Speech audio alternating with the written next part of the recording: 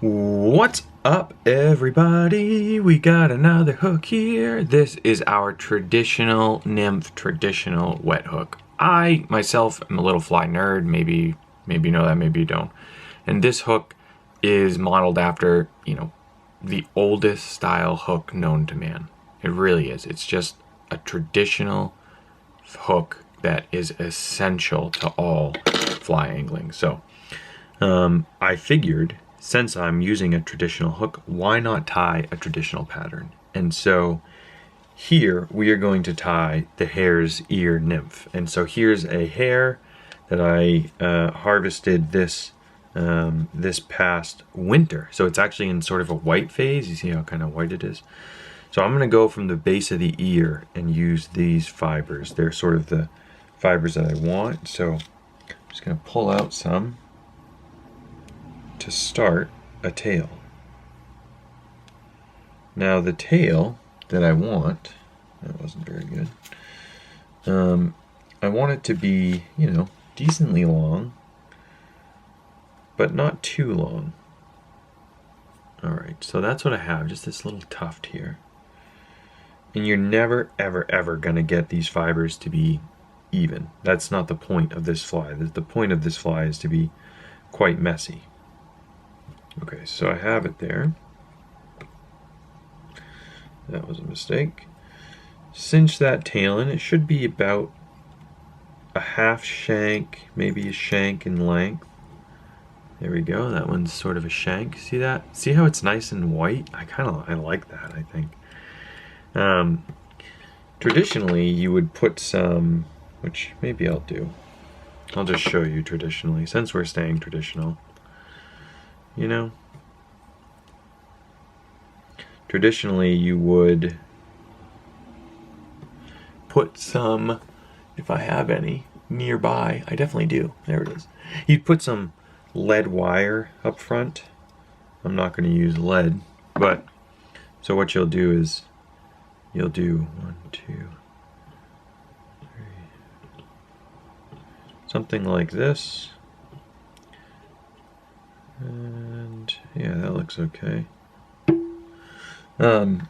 You put this lead wire in because, come on, it makes making the thorax quite easy. And it adds a little weight to it. Okay, so now we have our tail. It's tied in well. Hare's ear is very slippery. So that's why I tie it in very well, because it's super, super slick. Let's get this nice and even. Great.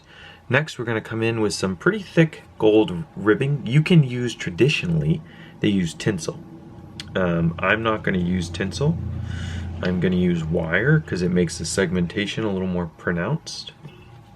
And I like that pronounced segmentation. Okay, next, we're going to come in with some dubbing wax. And again, I'm going to go from the base of the ear. You can go from the tips of the ear if you want as well. It makes this dubbing, but the base of the ear is like, as I know, it's traditional. So then we're just going to put that on there. And if you have time, like I just keep the dubbing on. See how great that is? Oh my God. If you have time, you can just rip a whole bunch off and kind of put it away, and you can even add stuff to it like flash or glitter or you can color it, you can dye it. I dye them. Dyeing's easier when you have the full mask to do, but see, like I have this extra bit. What do I do with that? I have a little box that I put it in. I would suggest you do the same because you'll end up wasting a lot of material. All right, so now I'm going to start. There we go. Boom. I'm going to wait to do the thorax. I'm going to pull a little extra off here because I got something special in there. Okay, so now I'm going to do my ribbing. And I'm doing this tight. I really want it to be defined. Great. Secure that in. Do a little helicopter action. Snap that off. Now, I have a nice thick piece of flash. I'm going to tie in right on top. Work back. That looks about good. And then I will continue making my thorax. Now, make sure you add, because you're probably all done, make sure you add your wax. Because again, remember, the hair of a rabbit is slippery. Alright. This I would recommend going little by little and not a lot by a lot. Because it's easy, see I have a gap there, it's easy to overdo it. It's really hard to underdo it. So let's see, how's that looking from your perspective? There's a gap filled. Let's see if we can get, okay, I'll do one more small wrap. And there's no rush here. I'd rather it look nice and perfect. See that? It's thicker. See how it's just thicker? You can kind of see from this angle. Alright, so now we're going to go over the top, pull down our flash, ta-da, and put the wax away so I don't lose it. Where is, there we go. Okay, I'm going to 1, 2, 3, 4, 5, 6. Make a little red collar.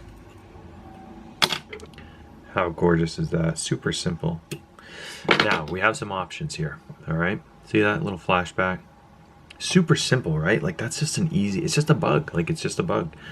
You have the option to brush it out if you want, to sort of make it very fuzzy. I'll show it to you.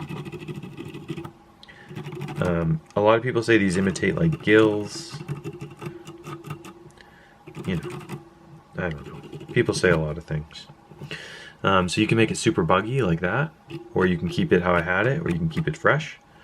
Either way, I always like to add a little bit of glue on top just to secure those whip finishes and also add a little stability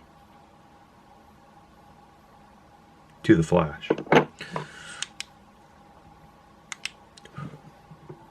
Shiny! How cool is that? Super easy. And this hook, I mean, the hook makes the pattern. That's what makes this pattern special, is it's super simple. It catches so many fish and it absolutely looks great on this hook. So that is it. That is the simple hare's ear nymph on the traditional wet hook, or traditional nymph if you will. That's it. Super great. Again, you can find this hook at mainflyguys.com. We thank you for watching, and we will see you next time.